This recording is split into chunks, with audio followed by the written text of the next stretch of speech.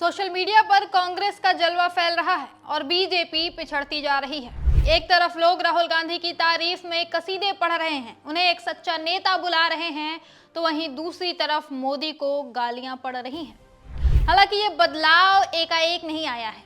इस बदलाव के कई कारण हैं। सबसे पहला और सबसे बड़ा कारण खुद राहुल गांधी है। राहुल गांधी के खिलाफ सालों तक बीजेपी ने फेक प्रोपेगेंडा चलाया, उन्हें पप्पू साबित करने के लिए करोड़ों रुपए फूंक दिए, लेकिन राहुल गांधी तब भी रुके नहीं। वो अपना काम करते रहे, चुपचाप, बिना शोर मचाए, बिना शिकायत किए।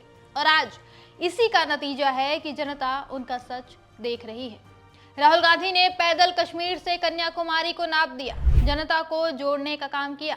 जनता ने भी सब कुछ देखा और समझा।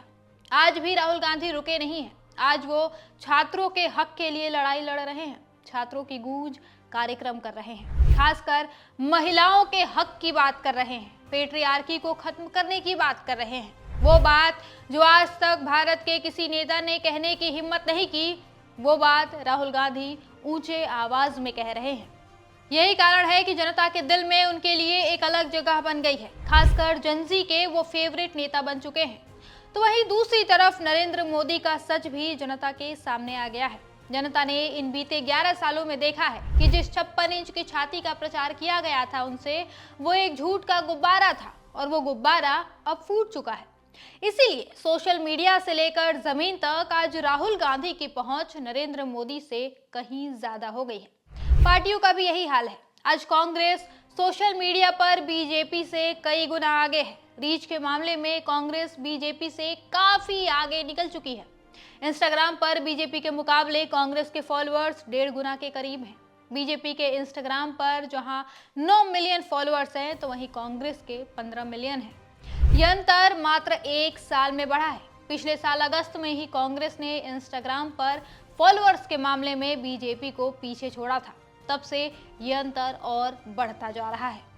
युवा प्लेटफॉर्म पर कांग्रेस का कंटेंट ज्यादा चल रहा है। रील्स, छात्रों की गूंज वाले वीडियोस और राहुल गांधी के सीधे संदेश लोगों तक पहुंच रहे हैं।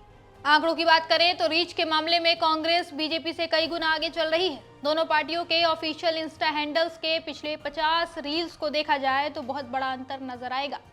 पिछली 50 रील में ही आईएनसी के 45 मिलियन से ज्यादा व्यूज हैं, जिसमें सबसे ज्यादा वायरल है राहुल गांधी की छात्रों की गूंज कार्यक्रम वाली ये रील। इस अकेली रील की रीच 8.6 मिलियन है। जबकि बीजेपी की बात करें तो पिछले 50 रील में इनके 20 मिलियन व्यूज है, जिसमें सबसे ज्यादा हिटिंग लगभग 1.7 मिलियन है। एक्स पर भी यही हाल है।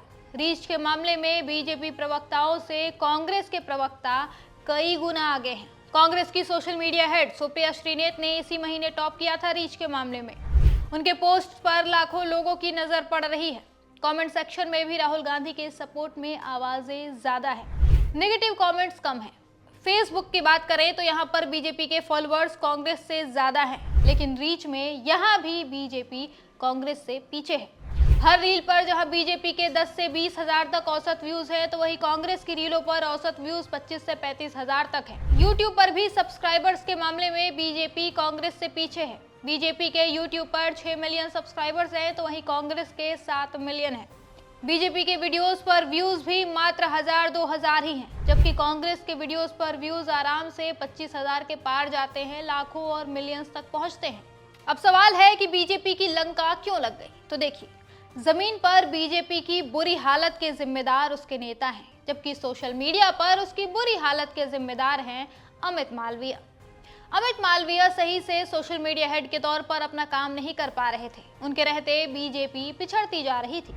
इसीलिए बीजेपी ने अमित मालवीय को पद से हटा दिया। अमित मालवीय के राज में बीजेपी ने सिर्फ झूठ और प्रोपेगेंडा पर जोर दिया।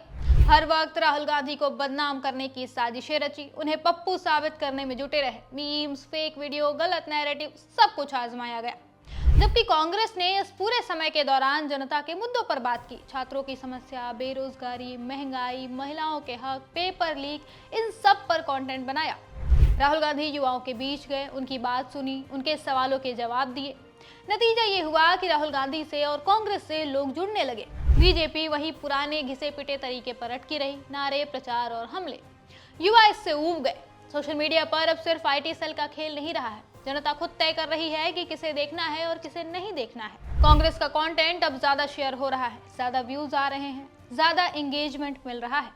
बीजेपी को ये स्वीकार करने में दिक्कत हो रही है, इसीलिए हेड बदल दिए।